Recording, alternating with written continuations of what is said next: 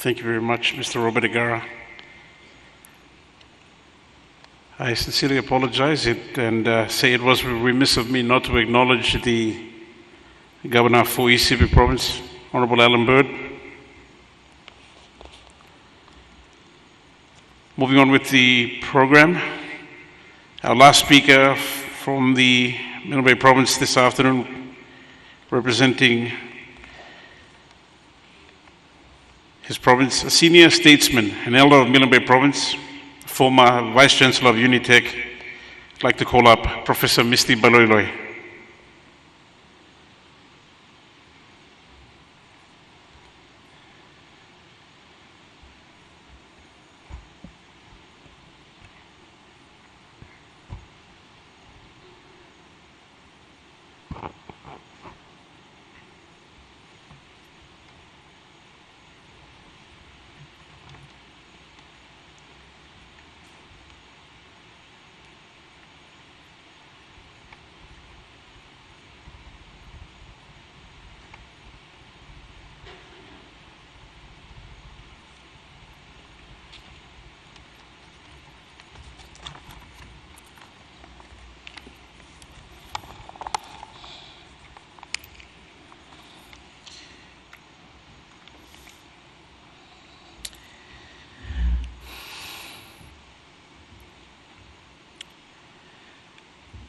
Prime Minister, Chief Justice, Ministers of Government of the Day, Governors, Members of Parliament, Lady Veronica, Bertha, Sana, Arthur, Michael Jr. and Dalciana, and the children and grandchildren, all the extended Somare family, ladies and gentlemen. Many tributes that speak of the greatness of our country's founding father have been offered to you all, and so I will not repeat and dilute what has been spoken of this great man.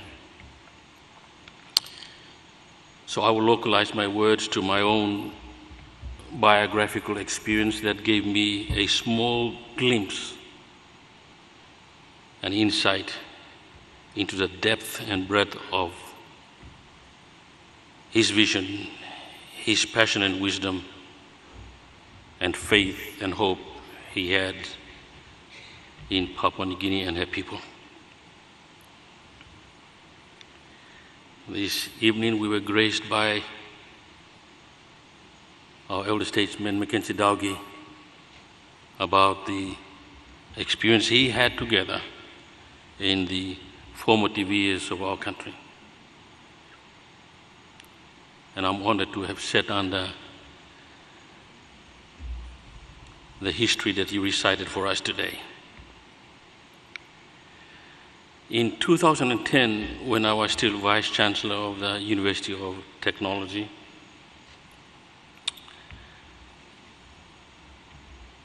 we had a visit from the Vice President of the Kanak government of New Caledonia. He had visited Divine University to attend a conference being conducted on the impacts of mining in Madang.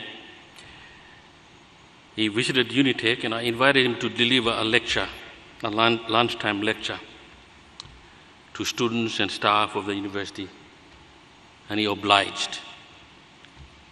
He, however, spoke in French, and his address was translated to all of us in English by a student from Vanuatu. In his address, the Vice President said, and I quote, "I was very surprised to learn when I got here that PNG has its own indigenous mining engineers trained in their own mining engineering program in their own university. I also heard," he says, "that you even have your own indigenous pilots, doctors, scientists and lawyers and judges. I'm extremely surprised because in New Caledonia, we do not have a single indigenous mining engineer today. This was 2010, the 21st century. For me, the lamenting observation by this Kanak vice president that there was no indigenous, or if I may be allowed to use the word, native New Caledonian engineer in the 21st century in New Caledonia was a surprise to me, because as I said, we were living in the 21st century, and yet they didn't have any.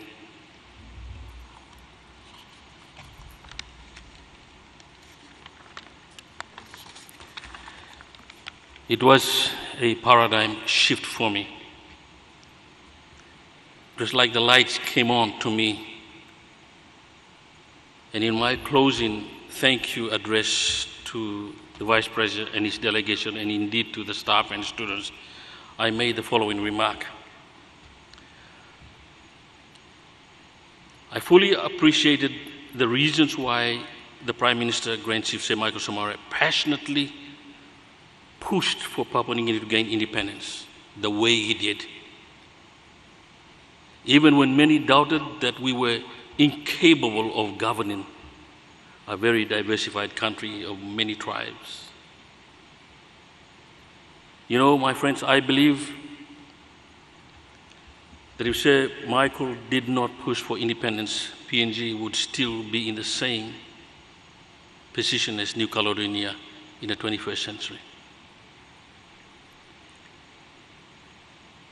You see, my friends, Grand Chief saw unity when the social fabric of our society was still disconnected and incoherent culturally. He saw governability of a united country when the basic ingredients of an educated population, let alone an educated workforce, did not exist. He saw economic sustenance when the economy was not even in the hands of the indigenous population. He saw spiritual strength and prosperity when many doubted and questioned the basis of his passion.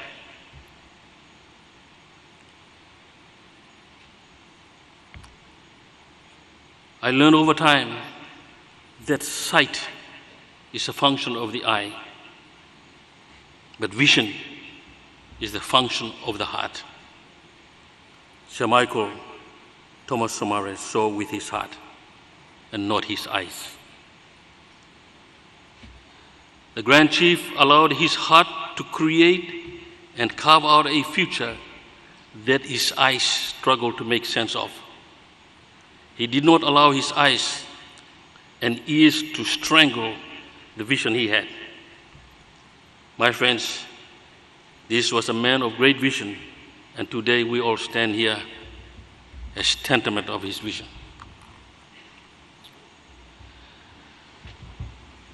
The second paradigm shift experience I had with the Grand Chief was when I was Chief of Staff of the Opposition, when he visited the office of the Leader of the Opposition in 2017. I welcomed him to the office and I said good morning to him and offered him a chair to sit and wait for the opposition leader. He said to me, "Good morning, Professor." I replied, "Sir, just call me Misty."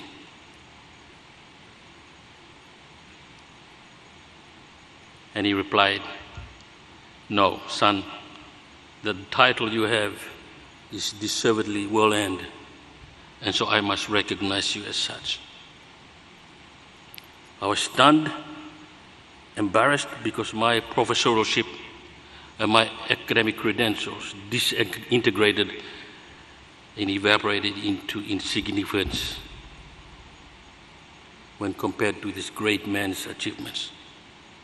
Yet, he recognized small achievements where it is due and potential where it can be nurtured and matured. So, my friends, this small encounter yet again gave me a glimpse of the Founding Fathers' attitude to his people and his nation. He believed in the potential of Papua New Guineans when many eyes could not see. Where others saw cargo boys, he saw lawyers. He saw engineers, pilots, bankers, scientists, judges, and political leaders. He provided a political leadership and encouraged and nurtured PNG potential to grow and mature. He had mustard seed faith in the potential of this country and did not give up on it. Instead, he cultivated and nurtured everywhere he went and throughout this great land, and saw it blossom in front of his eyes over the years. He once said, and I quote, "My wish is that we learn as Papua New Guineans to treat our adopted system of government with unwavering respect. May we not let the sins of our past dominate our ability to lead by example." Indeed, he was a father who led by example. So, my fellow Papua New Guineans, in solemn moments like this, we must honor great men. We must not be afraid to walk in their shadows and be like them, to emulate them. We're excused to shed a tear and mourn as we should, but we must not look back where we must look forward, and we must not stagnate where we must continue to grow. I am reminded of the wife of an American President, Rosalynn Carter, who once said, "A leader takes people where they want to go. A great leader takes people where they do not necessarily want to go, but ought to go."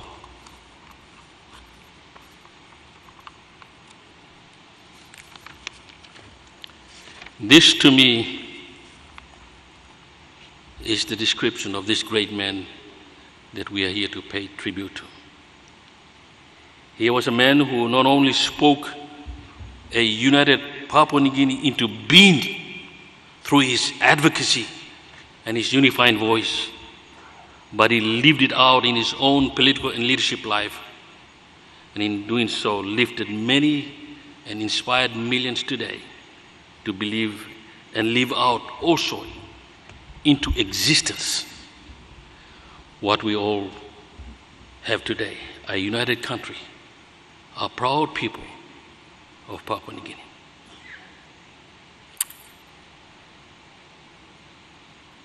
And so, Grand Chiefs, Sir Michael Somare, thank you for giving us the country that we call home today. Many will come and go, but you will always be the father of the Papua New Guinea, of my children and my grandchildren. May you rest in eternal peace. Thank you.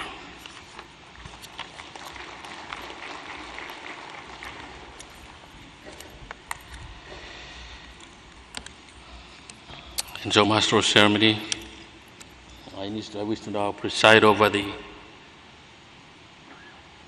handing over of the gifts. So, could I ask the two young people from Milne Bay to please stand over here with the gifts in your hands, together with our senior statesman, Robert Igara, as I recite to you the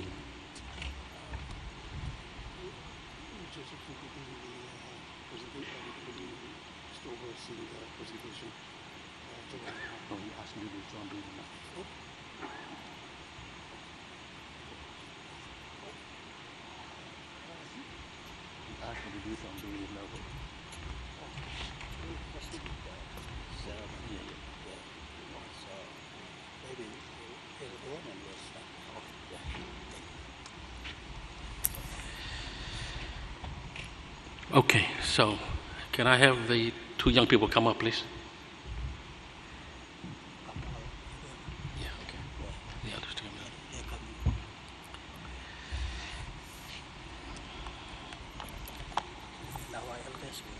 Yeah, if you can stand, and or I could ask our two elected leaders, please, sir.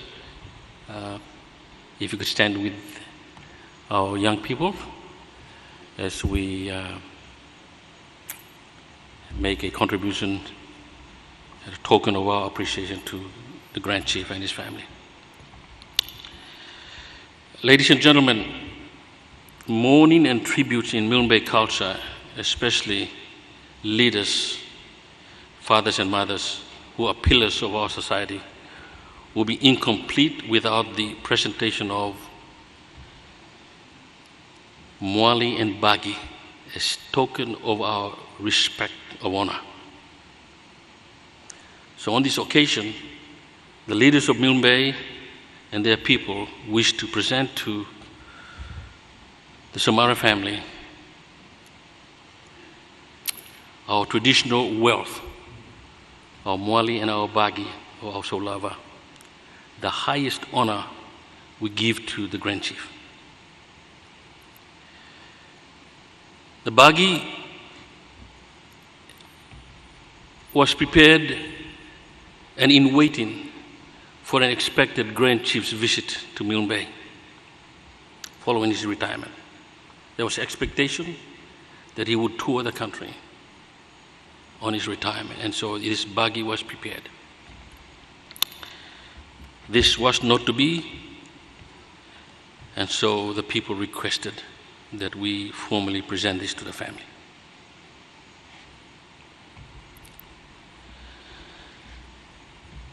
Mwali, on the other hand, permission was granted from the paramount chief for this to be presented to the family of Grand Chief. The presentation of both these items of wealth will take them off the circulation of trade in the cooler trade. It becomes the permanent property to whom they are endowed from today onwards, which is the Somare family. The Bagi, oftentimes, if you can hold it up, Sharon, you turn around and hold it up. When the Bagi comes out of circulation, it can be cut and be worn on the neck of a young girl. And so this Bagi, as of today, becomes the property of the Somare family. The Mwali is a symbol of Milne Bay wealth. And today it comes out of circulation with the blessing of our paramount chief. It will be a symbol of our appreciation and honor to the Grand Chief. The final presentation we make will be by our elder statesman, Mr. Robert Igara. The real test of a leader is how they handle power, especially power that is held in trust.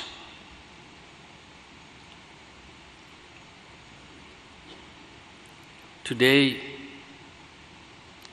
we all struggle how to manage the trusteeship of power that we hold in trust.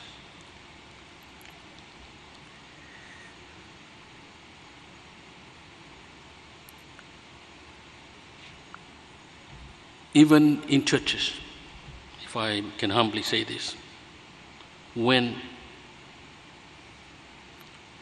a leader of a church departs from a congregation, he or she sets up their own congregation next door because they're not satisfied. We saw Grand Chief as an example of a man who knew how to prudently manage power that he held in trust. Even when Grand Chief lost power from the Prime Minister's office, he never went out and set up another Papua New Guinea. He protected Papua New Guinea. That, to us, is a testament of a man who knows how to handle power that has been trusted to him. And so we present a replica tonight of a mace similar to the one in Parliament, the symbol of power, as a statement to this country and for ages to come, and be a perpetual embodiment in PNG's history that Grand Chief's life as a leader is a testament of how power to rule should be held in trust for the collective good. And so we present him to you, Bertha and Mama Veronica, as a testament to our honor, in honor of the Grand Chief. Thank you. Please, Robert.